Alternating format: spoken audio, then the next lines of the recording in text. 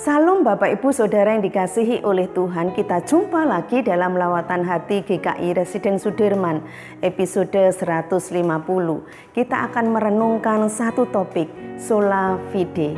Dasar perenungan hari ini dari Roma pasal 3 ayat yang ke-28 yang berbunyi demikian. Karena kami yakin bahwa manusia dibenarkan karena iman dan bukan karena ia melakukan hukum Taurat. Saudara, dalam kehidupan kita sebagai orang percaya, ada satu pengajaran penting yang harus kita pahami dan yakini, yaitu sola fide. Apa itu sola fide, saudara? Sola fide merupakan pemahaman iman yang sangat mengandalkan keyakinan atau iman kepada Kristus. Jadi, sola fide mengajarkan bahwa keselamatan manusia diperoleh semata-mata hanya karena pembenaran oleh iman kepada Kristus. Nah, saudara, ajaran sola fide ini bermula dari zaman reformasi pada abad yang ke-16 yang dipelopori oleh para teolog besar pada waktu itu, yaitu Bapak Martin Luther, Bapak Yohanes Calvin, dan juga Bapak Zwingli. Hal itu sebagai reaksi terhadap sebuah ajaran yang menekankan bahwa keselamatan manusia terletak pada perbuatan baik yang dilakukan oleh manusia itu. Selain itu, saudara, pada waktu itu sebagai sebuah kritik terhadap gereja-gereja sebelum reformasi yang saat itu mengajarkan bahwa keselamatan hanya ada dalam gereja. Salah satu praktek yang dilakukan gereja saat itu adalah memberlakukan kepada umat adanya pengakuan dosa di depan altar gereja dengan membeli indulgensi atau surat penghapusan hukuman dosa dengan cara membayar sejumlah uang kepada gereja. Para reformator mengkritik ajaran dan juga praktek gereja tersebut. Roma 3 ayat yang ke-28 juga menegaskan, karena kami yakin bahwa manusia dibenarkan karena iman dan bukan karena ia melakukan hukum Taurat. Artinya, saudara, keselamatan hanya karena anugerah Allah, bukan karena usaha yang dilakukan oleh setiap kita sebagai manusia. Manusia diampuni dosanya jika ia beriman kepada Allah dalam Yesus Kristus. Perbuatan baik dan usaha apapun yang dilakukan manusia sama sekali tidak bisa membawa pada kehidupan kekal di surga.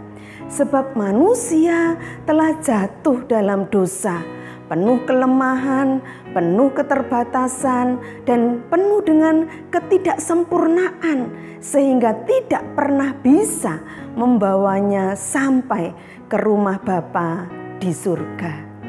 Tetapi saudara, sebagai orang beriman bukan berarti bebas melakukan apa saja semau kita. Yakobus 2 ayat yang ke-26b mengatakan, iman tanpa perbuatan-perbuatan adalah mati.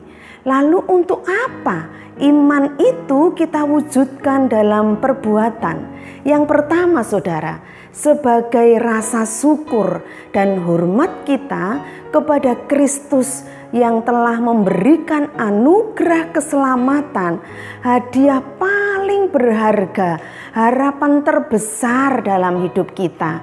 Keselamatan yang Dia berikan itu bukan murahan. Dia telah mengorbankan dirinya hanya untuk kita manusia berdosa.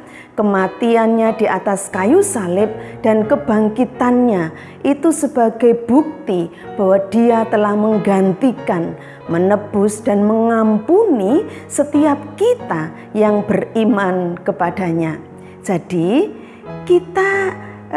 jika kita berbuat baik itu sebagai wujud rasa syukur kita, hormat kita akan kasih-Nya yang nyata, yang terbaik dalam kehidupan kita yang Dia telah berikan kepada kita sebagai manusia berdosa. Yang kedua, saudara, agar iman kita bertumbuh.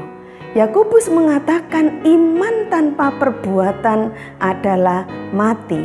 Hal itu berarti melalui perbuatan yang kita lakukan justru disitulah iman kita bertumbuh.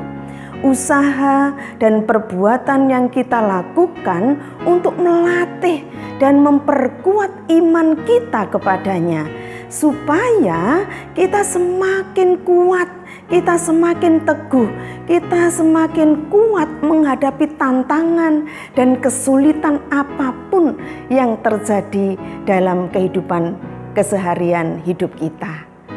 Yang ketiga, saudara, agar hidup kita sungguh-sungguh menjadi berkat, menjadi saksi akan kebaikan-Nya.